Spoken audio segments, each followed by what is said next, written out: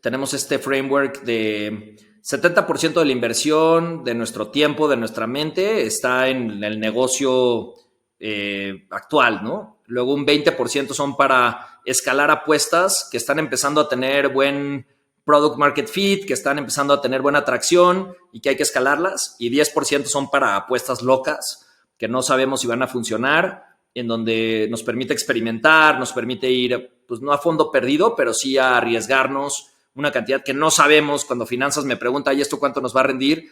Le digo, la respuesta honesta es que no sé, pero tiene un potencial enorme. Él es Alejandro Solís, que a sus 40 años es Senior Vice President para Hispanoamérica de Rappi, esta super app que seguramente has utilizado y que hoy se encuentra en más de 320 ciudades de Latinoamérica. Y que a partir de nuestros celulares conseguimos que ellos traigan a la puerta de nuestra casa lo que se nos ocurra. Esto, ¿y qué pasa por la mente de Alejandro Solís? Es lo que descubriremos durante este episodio. Yo soy Ricardo Mitrani.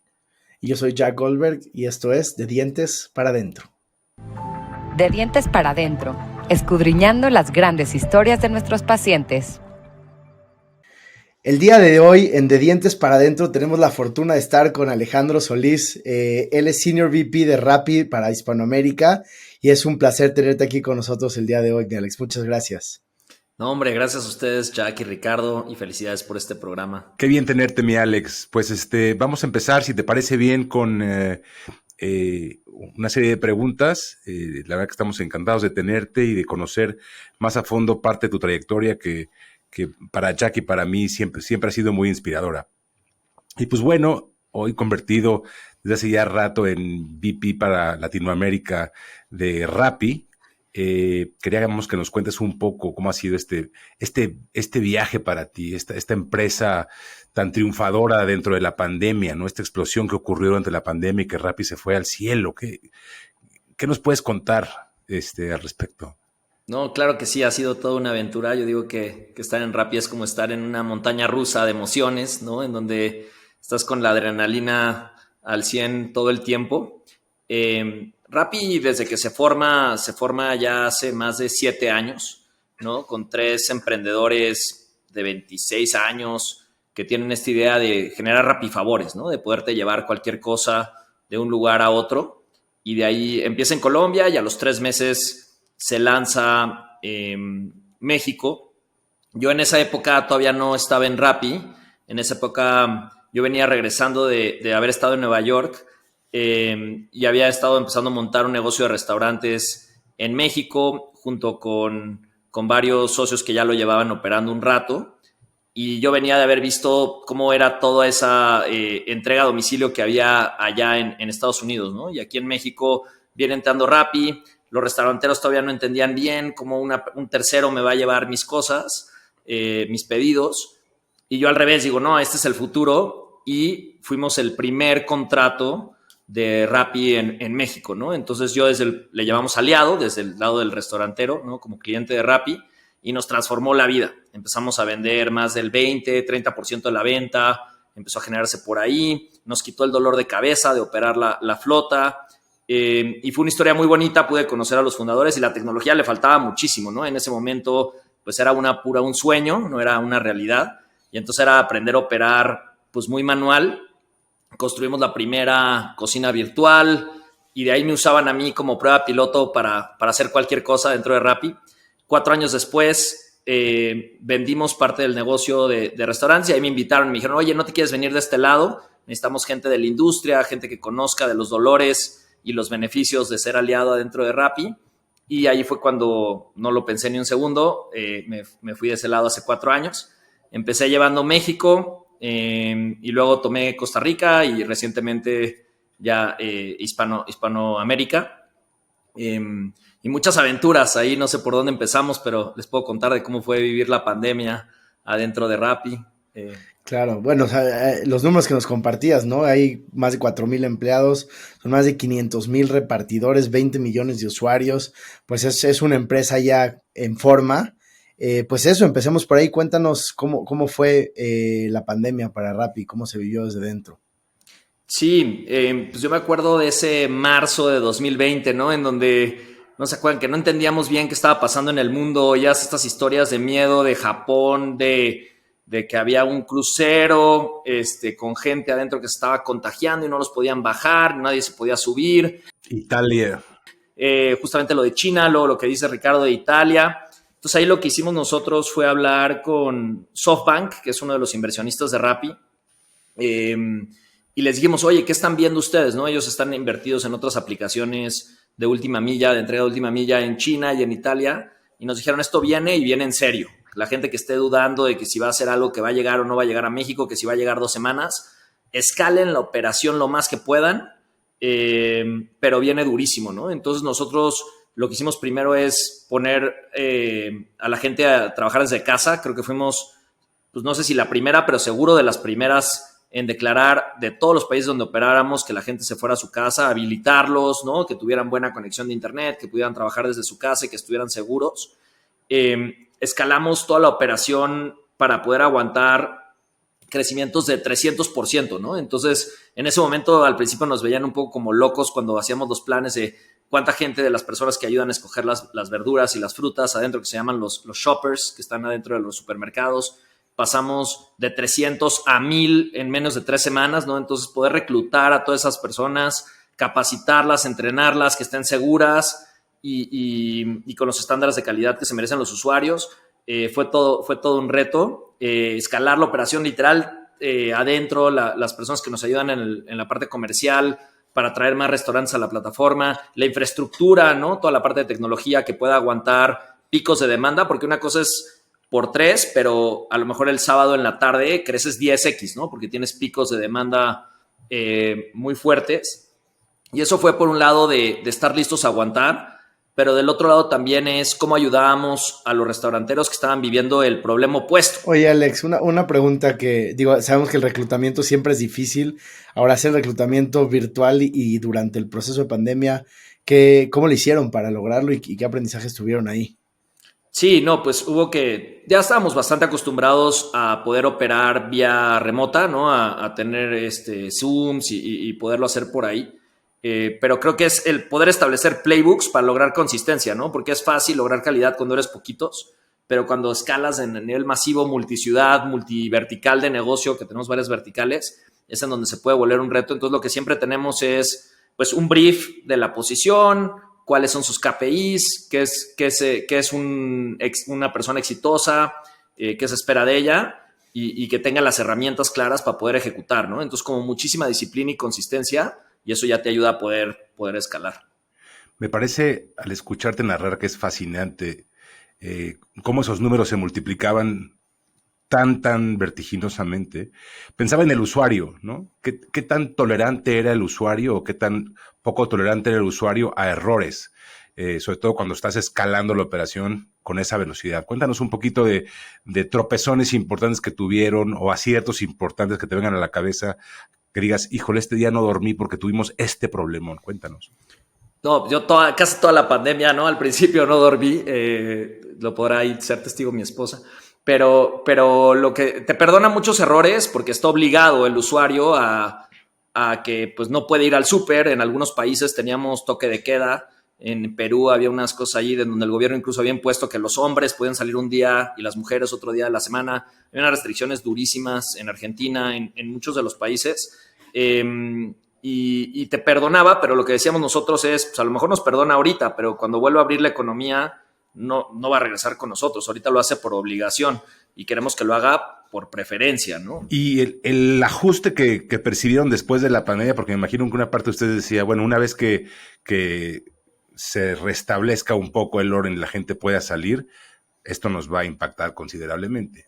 Y no ocurrió esto, sí ocurrió esto. Cuéntanos un poco. No, lo que vimos es que hubo un cambio en los parámetros de consumo, sobre todo depende de los demográficos, ¿no? Pero tienes personas como mi mamá que no pedían Rappi por más que yo le insistía y que no entendía bien en qué trabajaba yo, ¿no? Y después de que durante la pandemia vio que hacer su súper era mucho más fácil que ella ir allá, y además es una compra repetitiva, ¿no? Cuando ves tu súper, el 85-90% de lo que compras cada semana es lo mismo. O sea, no hay una experiencia, digo, salvo que realmente te guste escoger ahí algunas cositas y acabas gastando más muchas veces cuando vas al súper porque te aparecen más productos. Se te pegan cosas. Y tomar un taxi o manejar hasta ahí, estacionarte, cargar las cosas versus que te la traigan. Y entonces la gente se dio cuenta, ¿no? O sea, lo que nos ayudó es acelerar la adopción que ya venía. O sea, ya había a lo mejor la gente más joven que ya está adaptando la tecnología y que para ellos ya era normal pedir a través de Rappi. Lo que sí generó la pandemia es gente que normalmente no hubiera quizá pedido en ese momento, de repente dijo, no, mira, esto sí me cambia la vida, y posterior vimos que se retuvo, ¿no? Entonces fue por un crecimiento como en escalones, conforme se iban reabriendo la pandemia y volvía a cerrar y volvía a abrir, gente que ya probaba se quedaba, ¿no? Que nosotros medimos mucho eso, la retención a los 7 días, a los 28 días, a los 90 días, ver que la gente está generando una recompra es súper importante. Claro. Ahora, hablabas ahora de cómo empezó Rappi, ¿no? Que empieza con un sueño, con un Rappi Favor, como los startups, y de ahí evolucionado a la empresa que es hoy en día, y hablabas de estas verticales. Cuéntanos, aparte de lo que conocemos como el Rappi Favor o Pedir el Súper, ¿qué más nos ofrece una plataforma como Rappi? Sí, nosotros nos empezamos pudiendo entregar cualquier cosa en minutos, ¿no? Esa es la capacidad que tenemos, y de ahí, primero con el Rappi Favor, pues puedes escuchar qué está pidiendo la gente. Entonces ahí nació la vertical de restaurantes, después nació la vertical de supermercado, luego de express, porque decías, bueno, quiero algo súper rápido, que no sean productos complejos ni órdenes programadas, farmacia, licores. Luego recientemente hicimos Turbo, que Turbo es poder recibir en 10 minutos, que realmente es una experiencia guau, porque ya es literal la extensión de tu refrigerador, en donde en 10 minutos le ganamos a lo que tú te bajarías en el elevador a irlo a comprar quizá en la calle. Y luego también incursionamos en volvernos un banco, ¿no? Entonces en 4 de los países donde operamos tenemos RappiBank. Fuimos el segundo colocador más grande de tarjetas de crédito el año pasado, por arriba de los bancos pues, más grandes. Digo, también venimos de una base más chica, pero creo que fue un hito bastante importante. Y ahí lo que nosotros tratamos de resolverle la vida a las personas a través de la tecnología, ¿no? Y ahí el scope es muchísimo más amplio, en donde decimos, híjole, es que irte a abrir una cuenta al banco es lo más doloroso del mundo, ¿no? Vas, te formas, te dan un contrato de letra chiquita, tienes que activar tu tarjeta llamando por teléfono a un lado, luego si te la roban, tienes que ir a tu sucursal, que no tiene ningún sentido hoy en día ir a recoger tu tarjeta. Entonces dijimos, ¿por qué no creamos este banco que sea la tarjeta del futuro, ¿no? ¿Cómo nos imaginamos esta tarjeta del futuro? Y es toda una vertical que hoy en día, pues yo creo que va a llegar a ser más grande que incluso que el Rappi más core, si lo quieres llamar así, porque hay una posibilidad de resolver problemas a las personas en la parte financiera enorme, ¿no? También tenemos Rappi Travel, en donde puedes comprar viajes, reservar hoteles a través de la aplicación. Y hemos experimentado con otras que no han sobrevivido. En algún momento estábamos haciendo conciertos de streaming en la pandemia y esa no funcionó tanto. Es lo que te iba a preguntar, cuáles no han funcionado, porque siempre, que es otra de las cosas importantes, ¿no? Cuando estás en este mundo que se mueve tan rápido y a la escala a la que ustedes trabajan, esa posibilidad que tiene una empresa como Rappi comparada con una empresa mucho más institucional de poder adaptar rápido las ideas, mantener lo que funciona y desechar lo que no funciona, es lo que hace que puedas crecer de esa velocidad, ¿no? Totalmente, ¿no? Ahí nosotros lo que tratamos de hacer es, tenemos este framework de 70% de la inversión, de nuestro tiempo, de nuestra mente, está en el negocio actual, ¿no? Luego un 20% son para escalar apuestas que están empezando a tener buen product market fit, que están empezando a tener buena atracción y que hay que escalarlas. Y 10% son para apuestas locas que no sabemos si van a funcionar, en donde nos permite experimentar, nos permite ir, pues no a fondo perdido, pero sí a arriesgarnos una cantidad que no sabemos. Cuando finanzas me pregunta, ¿y esto cuánto nos va a rendir? Le digo, la respuesta honesta es que no sé, pero tiene un potencial enorme. Oye, Alex, y pensando en este 70% del que hablas, dedicado a la operación y pensando en tú en particular, la toma de decisiones que tú hiciste, que dijeras, aquí sí metí la pata, tengo que accionar lo antes posible precisamente para no alargar más el proceso. Si nos puedes contar una decisión que tomaste que te arrepentiste o que dijiste, esto no era así. ¿Hay algo que nos quisieras compartir?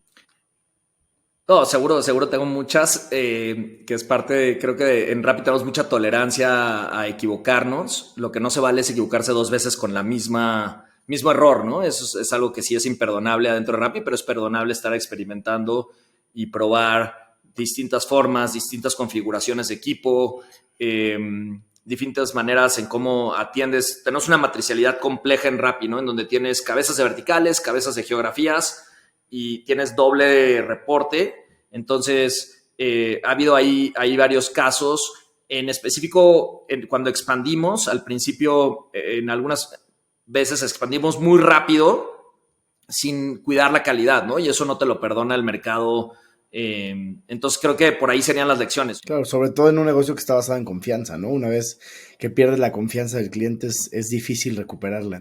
Y el tema que tienes aquí es que tienes mucha presión, o sea, porque no es por una obsesión por crecer, ¿no? Que eso a veces es malentendido, yo creo, por el mercado. Lo que pasa es que tienes aquí economías de escala y economías de redes muy potentes en un negocio que es muy intensivo en capital, sobre todo al principio, antes de que empieces a andar todas las patas del negocio, que son usuarios, repartidores y aliados.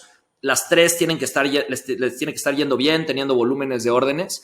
Y entonces, si una pata no está funcionando, pues tienes que hacer que funcione. Y si no tienes esa escala, se te empiezan a caer las otras dos, ¿no? Entonces necesitas escalar muy rápido para que funcione el negocio, si no se te quiebra. Para la gente que nos está escuchando, que no conoce este concepto de economías de escala, ¿nos podrías explicar un poquito más a qué te refieres?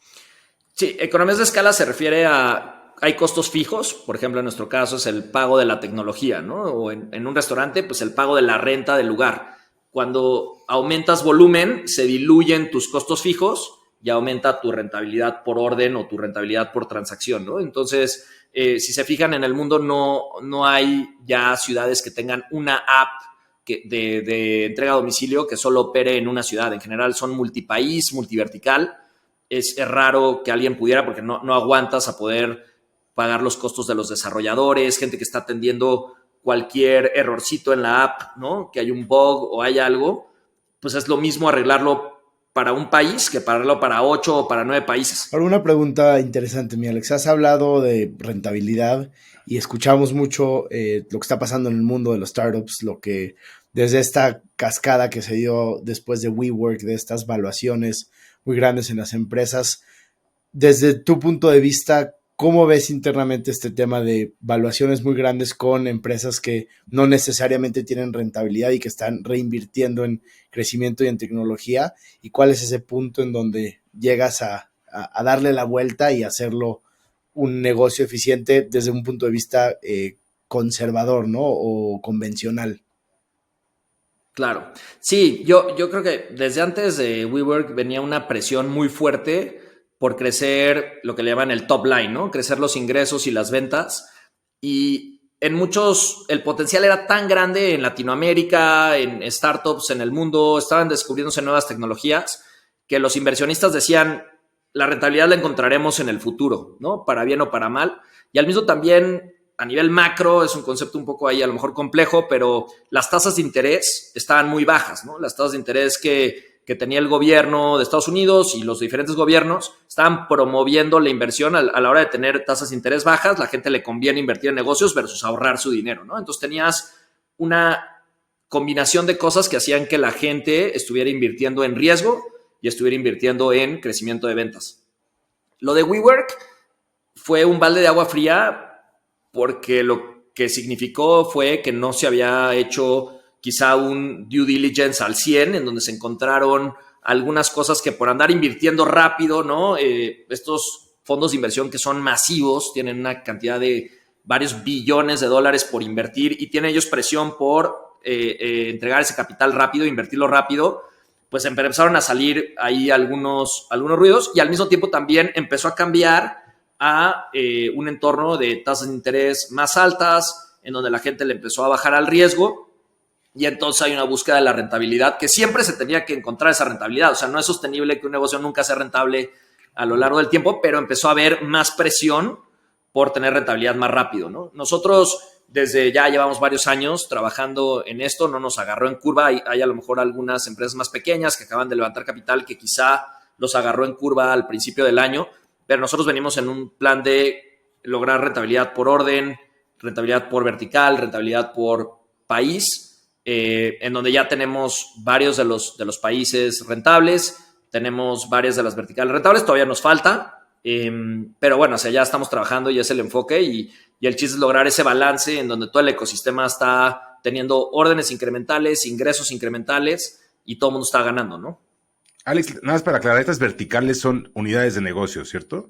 Sí, restaurantes, farmacia, turbo, cajero, Rapibank, ¿no? Y es esto que se le conoce hoy en día como las super apps, ¿no? Que cada vez son más poderosas y eso, pues, como decías, te permite poder utilizar esos mismos recursos para, ¿no? Ir incrementando complejidad en los procesos, pero ya con una base sólida. Pero también llega a pasar este tema del monopolio, donde pues tenemos, ¿no?, empresas como Meta o como Apple o Google que llegan a tener tanto, ¿no?, super apps o super empresas que llegan a tener un market share muy grande y llegan a tener hasta cierto punto algo de riesgo para el usuario. Sí, o sea, yo aquí lo distinguiría, ¿no? En general, super app, como se entiende, es tener varias verticales de negocio versus una app que hace una cosa. Por ejemplo, Instacart es una app muy grande, muy fuerte, pero solo hace una cosa, ¿no? Entrega de supermercados. Había algunas de Lyft, ¿no? De entregar solo gente, mover gente de un lado a otro. Eso no se entiende como super app. Puede ser chiquita o grande, pero que hace muchas verticales de negocio. Había un debate bien interesante de si iba a ser una sola vertical, el modelo de negocio que iba a funcionar, que era el modelo más americano o el modelo más asiático, en donde es tener muchas verticales que podrías argumentar, oye, eso te puede hacer perder foco, ¿no? En vez de hacer una cosa bien, estás tratando de hacer un par de cosas bien. Es como el efecto WeChat, ¿no? Exacto, y hoy en día se descubrió que hay muchas economías de escala y de redes y de beneficio al propio ecosistema de ser super app. Entonces todo el mundo se está moviendo a su super app. Las de movilidad están viendo cómo adquieren empresas de supermercado, las de supermercado cómo se asocian y van por ahí. Lo de monopolio y eso de Facebook, que es otra cosa, pues están en la economía digital. Creo que nosotros estamos lejos, estamos súper competidos, de las cosas más competidas. Mueves tantito los incentivos que das a la flota de repartidores y se mueven de una aplicación a otra. Mueves tantito los precios y los consumidores se te mueven de una a otra y están a un clic de distancia. Entonces, de monopolio estamos lejísimos, ¿no? De serlo, al contrario. No están tan cómodos. No, nada. Oye, Alex, a mí me viene a la cabeza cuando te oigo hablar de todas estas posibilidades que son ilimitadas, cuando tienes una plataforma de esta índole. ¿Cómo limitar o cómo bajarle un poquito a la ambición de incursionar en posibilidades que potencialmente pueden hacerles daño, ¿no? Sabemos muchas empresas que al ser ¿cómo se dice? Greedy, o sea, quizás ¿Ambicioso? más ambiciosos de la cuenta, tratar de descuidar potencialmente el core que tiene tu empresa por buscar, hablabas tú de las potenciales agencias de viajes, o de repente les viene algo que puede ser extraordinario y que potencialmente los puede lastimar. ¿Cómo acotan eso? ¿Hay alguna especie de manual dentro del playbook que tienen como para saber a dónde sí, hacia dónde sí crecen y hacia dónde quizá no? Claro, no, totalmente es un riesgo que tienes que cuidar. Entonces, primero, lo que hablábamos al principio de tener muy buenos mecanismos de control sobre tu negocio core, si está funcionando y está mejorando. Y ese tiene que estar mejorando el famoso 1%. Si lo mejoras 1% a la semana, mejoras 37x al año, ¿no? El efecto compuesto de estar mejorando y estar seguro que estamos mejorando, y no se vale hacer otra cosa hasta que tienes eso bajo control, ¿no? Quizá cuando eres una startup al principio obviamente estás entendiendo tu razón de existir, estás logrando, iterando diferentes cosas, pero ya en un negocio maduro y ya de un tamaño de operación considerable, para mí no puedes soltar eso. Entonces, si eso empieza a pasar, tienes que empezar a abandonar iniciativas hasta que tengas bajo control tu negocio core y que está teniendo señales de mejora todos los días. Luego, cuando incursiones en algo nuevo, también entender el por qué lo hace y cómo entra dentro de la estrategia, ¿no? Entonces, ahí tener, en general, 3 a 5 prioridades máximo, creo que es lo manejable. Hay gente que a lo mejor puede más. Nosotros con eso es más de lo que podemos, ¿no? Entonces, tienes 5 prioridades estratégicas que se bajan a toda la empresa. Esas 5 prioridades estratégicas, todo el mundo tiene que tener planes de negocio en donde el 70% de su tiempo está atacando estas 5 prioridades.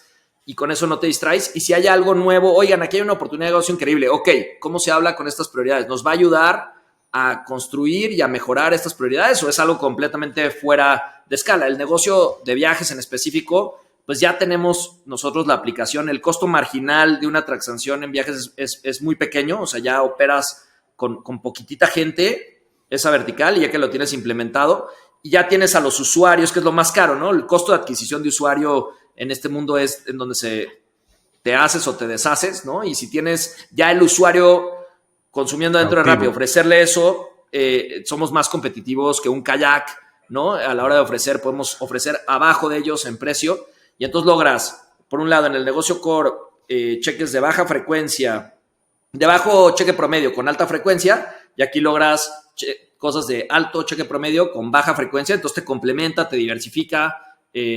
Cuando la gente se va a vacaciones que no consume en las ciudades, pero pues está consumiendo viajes, a la hora que viaja, aterriza en una ciudad, le puedes ofrecer, oye, ya llegaste a esta ciudad, quieres que te haga el súper para que cuando llegues a tu destino ya tengas el súper hecho. Entonces entra dentro de la lógica, pero de acuerdo que es un riesgo y es fácil caer en esa tentación de, oye, que no estamos llegando, lo peor es el revés, ¿no? No estoy llegando a las ventas, ¿cómo me invento otra vertical? Y entonces ahí sí, por inventarte la otra, descuidas estas y entonces estás ahí estirándote y ahí sí es la receta para fracasar. Claro. Ahora nos has hablado de lo bonito de Rappi y no de lo de cómo ha sido el viaje, pero me imagino que ha habido momentos complicados, resistencia en algunos países y ciudades para no permitir la entrada. Cuéntanos un poquito acerca de esos malos momentos que has tenido dentro de la empresa y cómo saliste adelante.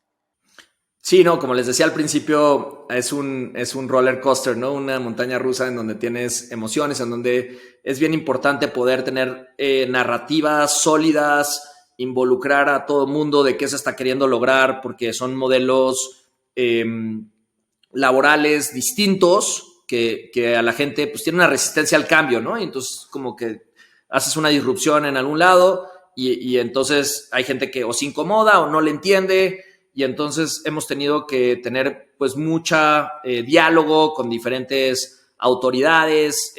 Siempre hemos colaborado, nos hemos registrado en cada uno de los países, no creamos estos vehículos offshore ahí para generar eficiencias fiscales. Nosotros para nada apoyamos eso, siempre hemos llegado ahí, dado la cara, entablado el diálogo, pero no siempre nos han entendido, ¿no? Y entonces ahí se establecen pues mesas de diálogo, se escuchan a las diferentes audiencias, hemos generado cosas. Nos pasó en Perú, por ejemplo, que en la pandemia nos dijeron que a fuerza tenían que pasar por un check-in todos los repartidores todos los días en la mañana, ¿no? Que eso ni siquiera se le piden a negocios. Y entonces dices, híjole, ¿cómo le hago? Y otros competidores nuestros cerraron, ¿no? De los grandes, de los que operan en todos los países del mundo, y incluso dijeron, no, pues yo cierro. Nosotros ahí lo vimos más como una oportunidad. Bueno, si así quieren que operemos, entonces hicimos una alianza con los diferentes supermercados, y los centros comerciales que tenían los estacionamientos vacíos. Les dijimos, oye, pues ayúdame, te pago una renta pequeña, pero ayúdame que ahí se hagan los módulos de self-check-in. Y entonces, literal, todos los días miles de personas tenían que pasar a pasar lista, y bueno, ahí encontramos la manera de hacerlo funcionar, ¿no? Y así hay varias historias. Y cuéntanos, Alex, a ti en lo personal, te conocemos muy bien personalmente y sabemos cuál es tu estructura familiar. ¿Cómo haces para mantener ese balance, hasta dónde dejas la chamba y hasta dónde eres tú, Alex, el padre de familia, el esposo, el hijo, esa persona que se cuida, deporte, etcétera? Cuéntanos un poquito de cómo consigues ese balance. Es durísimo, todavía sigo trabajando en ello, y el chiste es lograr cómo hay esas sinergias, ¿no? Y cómo una complementa a la otra, y no ver cómo hacer ejercicio que le quita tiempo a la chamba, sino por hacer ejercicio vas a tener más oxigenado el cerebro y entonces vas a ser más efectivo, aunque sean menos minutos de chamba, van a ser más efectivos. Si tienes bien en orden la familia y buena relación con tus hijos, entonces no estás en la chamba pensando en tus hijos, y cuando estás con tus hijos pensando en la chamba, y entonces el chiste es más bien que uno te alimente al otro y que puedes aprender, ¿no? De cada uno de ellos. Y ahí con mi esposa, que la admiro muchísimo y que pues todo eso que se ha logrado mucho es gracias a ella. Lo que ella dice siempre es calidad versus cantidad, ¿no? No importa si no pasaste todo el día con tus hijos, pero el de sí tener ese ritual de a lo mejor dormirlos, contarles un cuento, enseñarles algo y que ellos te enseñan algo a ti, y ese tiempo no estás viendo el celular, estás súper presente. Creo que es más valioso quizá que estar a lo mejor 5 horas y estás viendo el celular y los tienes allá al lado y no estás interactuando, ¿no? Entonces, y lo mismo con el deporte, es mucho mejor 20 minutos bien enfocados de calidad que una hora mal hecha en el gimnasio, medio contestando llamadas y ahí te estás haciendo un poquito güey, ¿no? Y entonces tratar de ser muy efectivo. Igual con la chamba, nosotros tratamos de las reuniones empiezan a tiempo, terminan a tiempo, hay una minuta, hay accionables, la gente es responsable, no creemos en el micromanagement. Y entonces, y un sistema de semáforos en donde si alguien está todo en verde, literal ni se revisa, ni se habla, a menos de que haya un aprendizaje para los demás. Y si está en rojo, como cuchillo de mantequilla, entras hasta abajo, hasta entender la profundidad del problema, las reglas y te mueves a lo que sigue, ¿no? Entonces, eso creo que ayuda a ser muy eficiente en la gestión del tiempo. Y pues por ahí le vas logrando, ¿no? Encontrándole la manera. Claro. ¿Cuáles dirías que son los hábitos que más te han transformado a ti como persona y como empresario y que te han ayudado a estar mucho más enfocado?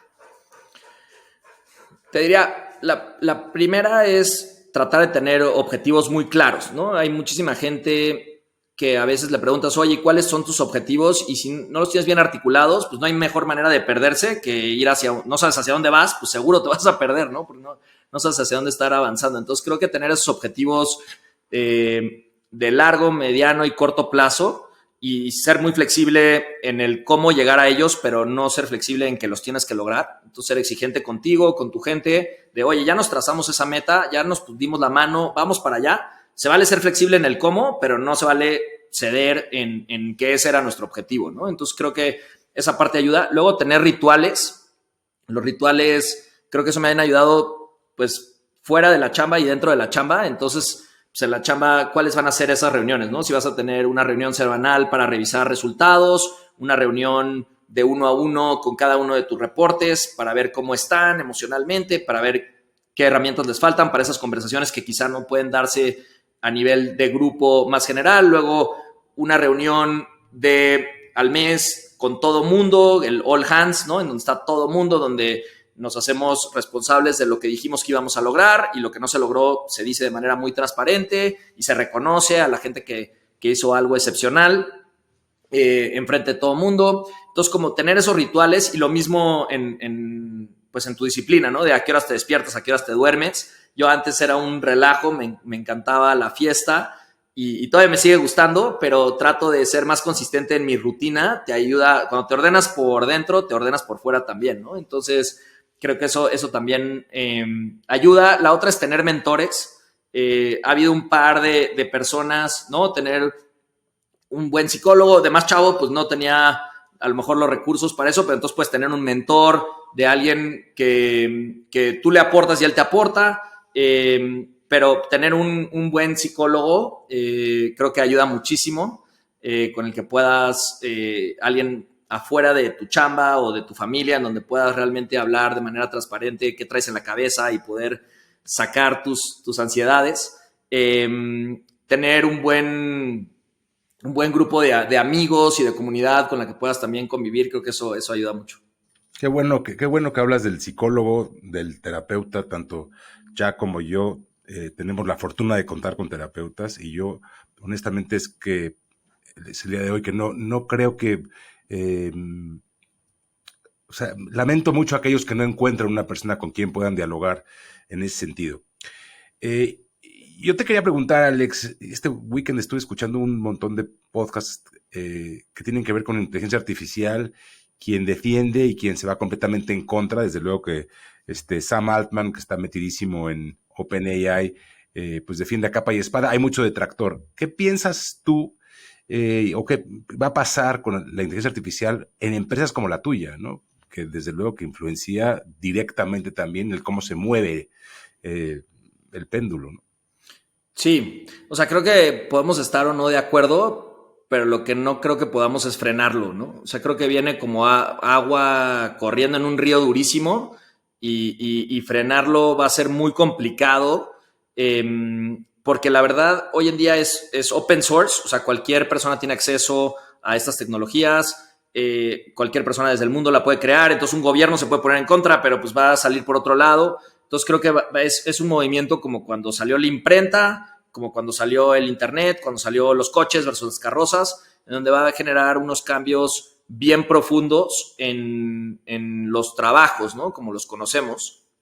Así como ya ha pasado varias veces en el pasado. La única diferencia aquí es que la velocidad de cambio es muy rápida. En el pasado había generaciones, entonces tenías tiempo de ajustar, ¿no? Y entonces tú trabajabas en el campo y tus hijos iban a la ciudad porque ya el campo se mejoraba la productividad con los tractores, entonces pues tus hijos ya se iban a trabajar en la ciudad y tenías una generación para ajustar y no era tan doloroso el ajuste. Creo que el ajuste va a ser bien doloroso.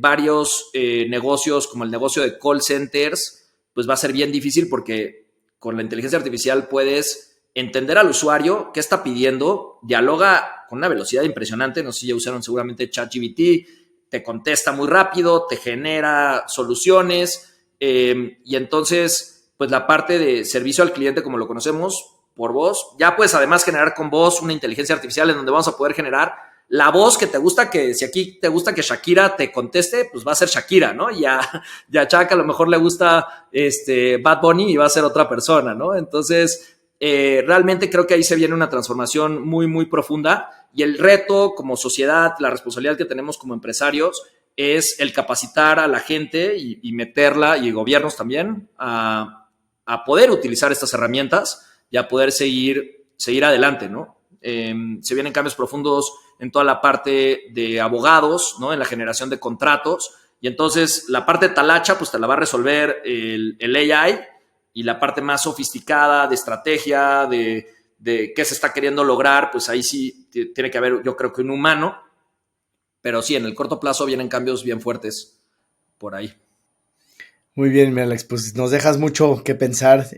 Muchísimas gracias por compartirnos tus experiencias. Realmente disfrutamos muchísimo esta conversación contigo y nos dejas a Ricardo y a mí y a todos los que nos están escuchando mucho que pensar y mucho que reflexionar para poder seguir mejorando. No, muchísimas gracias, Jack y Ricardo, los admiro muchísimo, les confío obviamente que voy con ustedes a verlos muy seguido, y además está padrísimo este espacio que han generado y todas las personas que están entrevistando. Muchas felicidades por ello. Al contrario, Alex, ha sido un placer y en particular hoy estar contigo fue muy, muy especial. Muy bien, mi Alex, pues muchísimas gracias. Gracias a ustedes. Un fuerte abrazo. Placer, mi Alex. De dientes para adentro, escudriñando las grandes historias